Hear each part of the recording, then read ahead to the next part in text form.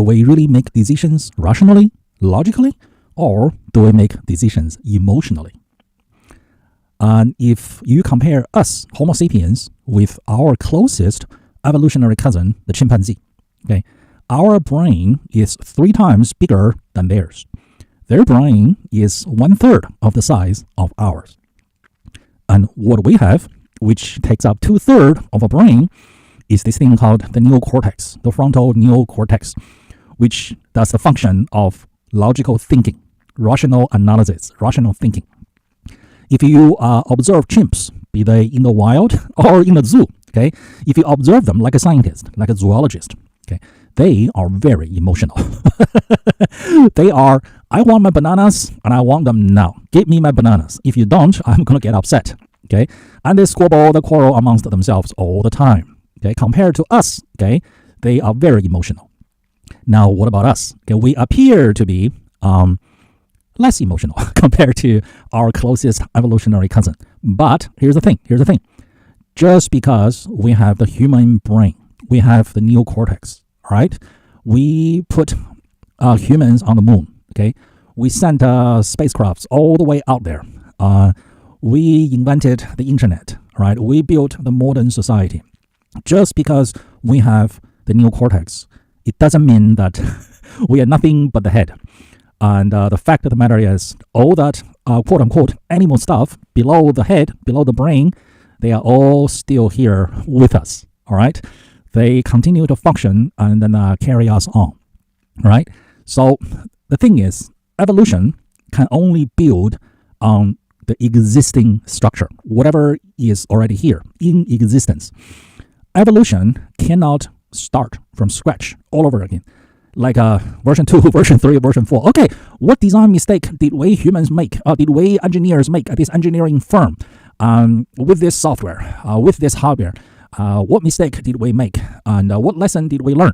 And what new hardware, what new software technology and tools do we have now that we did not have a year ago, 10 years ago?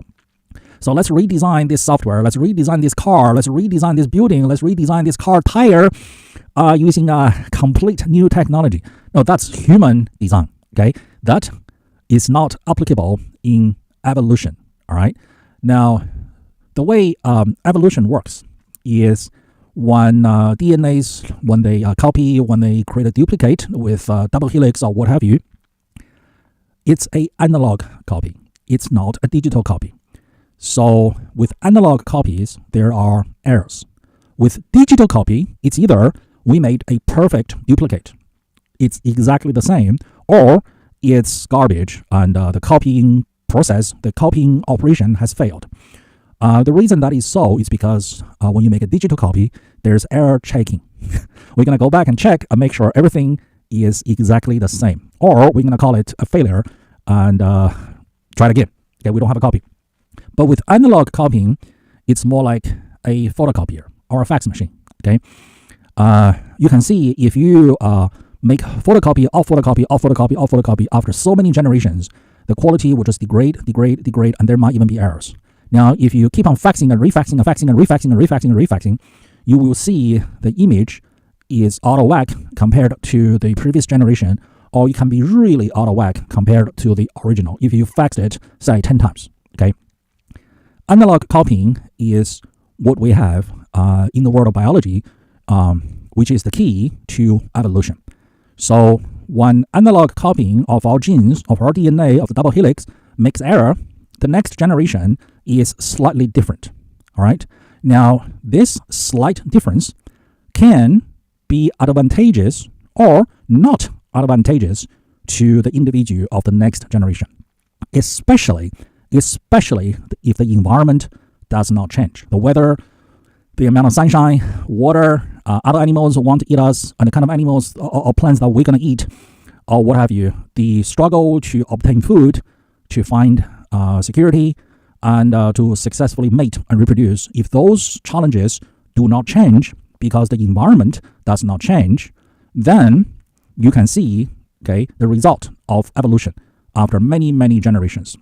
Those, as a result of DNA copying and being not exactly the same, and producing the next generation with slightly different features, capabilities, it's called an evolutionary trait. if those traits are advantageous for the next generation, the new individual, then we call it the trait that's advantageous evolutionarily. Okay, so that's how evolution works, and it can only work by building on the previous generation, on what has come before. Okay, just take a look at your own appendix. That is a leftover from an evolutionary past.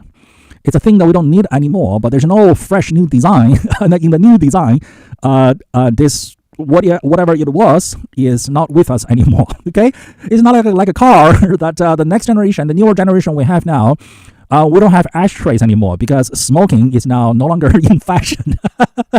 we don't have that in the world of evolution, in the world of biology. So if you observe our closest evolutionary cousin, chimps, okay, compared to Homo sapiens, chimps appears to be extremely emotional compared to Homo sapiens. Okay, it's external stimulation and then put them into a emotional state, and then they would act according to the emotional state they're in. If they see food, okay, if they sense danger, if there's a lion or there's a tiger coming, all right, or if there's a bigger chimp, okay, coming to bully them or steal their food or what have you. So it's external stimulation, put them into an emotional state, and then they would act according to the emotional state they're in. Now, I'm sure if you go trace it all the way back by the evolutionary tree, you can trace back enough to some very primitive beings in the animal world, like an insect or what have you. They probably don't even have an emotional state or different emotional states. It's just mechanical reflexes, all right, or just biological reflexes. Food, danger, or cold weather, hot weather, okay. Now, you can even trace this back to non-animal living beings, namely plants, okay. Plants probably don't have emotional states, not to the extent, not to the degree of Homo sapiens or chimpanzees. And plants, they do have their biological reaction towards external stimulation. Water, no water, sunshine, no sunshine, too hot, too cold, and the plants would react or respond to whatever the external stimulation for their own survival and for the survival of their own species, which is reproduction. And as far as humans, okay, examples of a simple primitive emotional states can be hunger, okay, or you're hungry and then you smell good food, all right, or you're hot or you're cold, okay. Try just imagine, okay, we go to Alaska in winter in January, all right, when it's minus a million degrees out there, 10 feet of snow, what have you. Try to get out of your hotel lobby into the outdoors wearing nothing but shorts and a t-shirt. And then try to tell yourself or tell someone, don't feel cold. You are going to feel cold, okay? And you are going to want to get back into the hotel lobby. Now, let's say if, for whatever reason, okay, just a thought experiment, okay, the hotel front door locks on you, so you can't get back in. Either you don't know how to open it, or your key card is not working, or what have you. For whatever reason, you can't get the door to open. How will that make you feel? You're going to be panicking.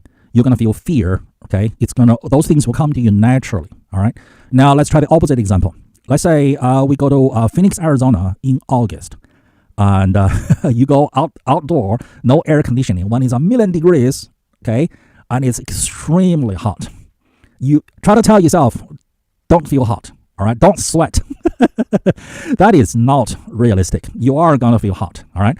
Now, if you lock yourself in a car and the car is parked under the hot Phoenix summer sun, and then the temperature in the car start rising, okay, you're going to start sweating, you're going to start breathing heavily, and you're going to start panicking. You will want to get out of the car. Now, for whatever reason, if you cannot get the door to open, you are going to feel fear of your health, or the fear of your life. And then you will start panicking. Okay, so don't tell people, don't get angry, don't feel angry, don't feel cold, don't feel hot. It's not reality based, and it's counterproductive. Okay, and what if someone threatens you with something? All right, you are gonna feel anger, you are gonna feel fear, and you might even feel humiliated if they successfully bully you or threaten you or taking advantage of you or what have you. Okay, so emotional states is part of reality. It's part of our biological reality. It's kind of like water has three states, solid, ice, liquid, water, or gas, steam. Okay, depends on the outside condition, depends on the temperature, and then the pressure. Water is in one of the three states. Same thing with animals, same thing with Homo sapiens. It depends on the external stimulation, depends on what's happening, and we, humans or other animals, will be put into the corresponding emotional state. And this mechanism is extremely old. It's as old as the hills. And this is how we survived and lived all this time, all these generations, since the beginning of life here on Earth. Okay? And external stimulation, and then we see the stimulation, and then we get into the corresponding emotional state. And that is just the reality, the nature of animals, the nature of human being. All right? Don't argue with reality. Okay? And just because we have this logical thinking head, and we've been to the moon, we built internet, okay, it doesn't mean that the rest of the stuff is not here. All the animal stuff, they are still here with us, all right? It's like someone saying as a joke, oh, look, we invented the airplane, so we made gravity disappear. No, we did not. Yes, we invented the airplane, okay? We made some heavier than air objects fly up there, okay? It doesn't mean that we made gravity disappear. Basically, we studied the way of the nature, all right? We have a thorough understanding of how nature is. And then we used our engineering know-how, and then we built tools, machineries that are heavier than air and can fly, okay? But it doesn't mean that we made gravity disappear. Gravity is still here. If there's any mechanical malfunction, if the right bunch of stuff that don't work at the same time all happens to not work at the same time, then that airplane, that heavier than air object, okay, it will come crashing down and then kill everyone that's on the plane. So just because we invented the airplane, it doesn't mean that we made gravity disappear.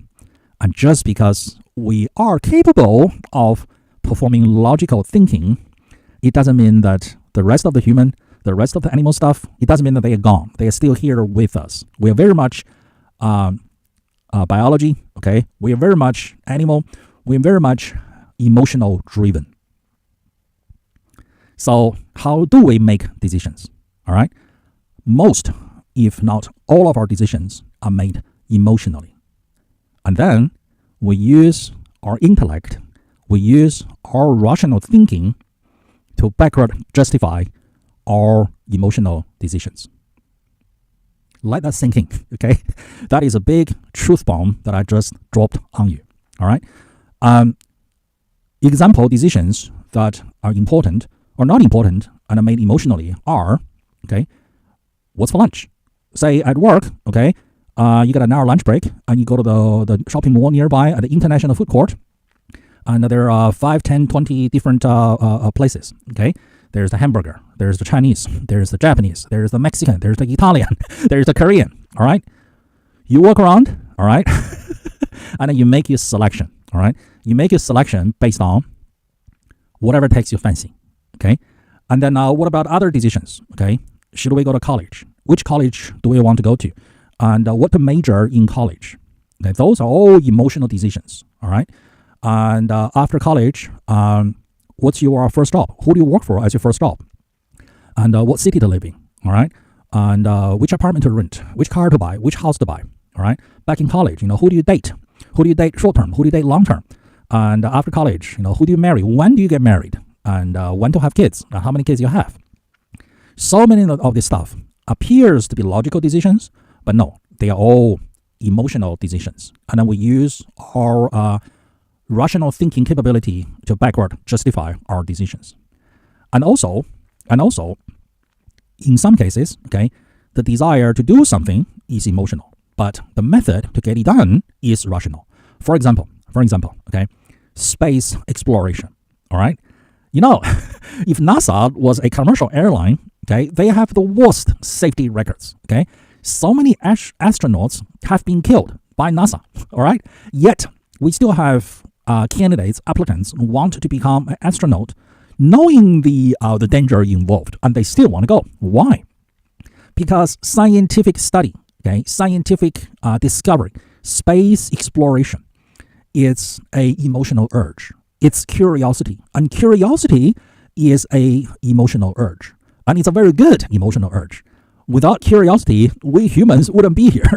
We're not gonna have internet, cell phone, airplane, and internet, computers, okay, electricity, okay, modern cars, air conditioning. No, we'd probably still be living in caves. Actually, we probably wouldn't be able to find a cave. How would you know that cave is good in terms of providing a bit of wealth? Warmth, and away from rain and wind and all that. It's curiosity. You saw a cave and you explored. You want to see what's in the cave. Either a tiger, either a lion, or either nothing, so we can occupy it. So curiosity is an emotion, and it's been serving us very well. Maybe that's why evolution put it there in us. Okay? So the desire to go into space is caused, it's pushed, it's driven by curiosity. And curiosity is an emotion. It's an emotional state. But the way to engage in space exploration, that's all science, that's all rational, and that's all facts, okay? You use physics, math, chemistry, and everything else in science, all right, to design spacecraft, okay, to launch it, get out there, and to not carry human, or bring humans back. Those are all done with science, with reason, with facts, with logic. But the desire to go there, to get out of there, away from this planet, that desire is all emotion. Don't forget to like and subscribe. So this way, when I release new educational videos, you will be notified and you will be the first to learn. And also, make sure you send this video to as many people as possible so we can all learn and grow together and help each other to grow together. We're in this together. And if you need private coaching, business consulting, or training, feel free to contact me. And my contact details are linked below.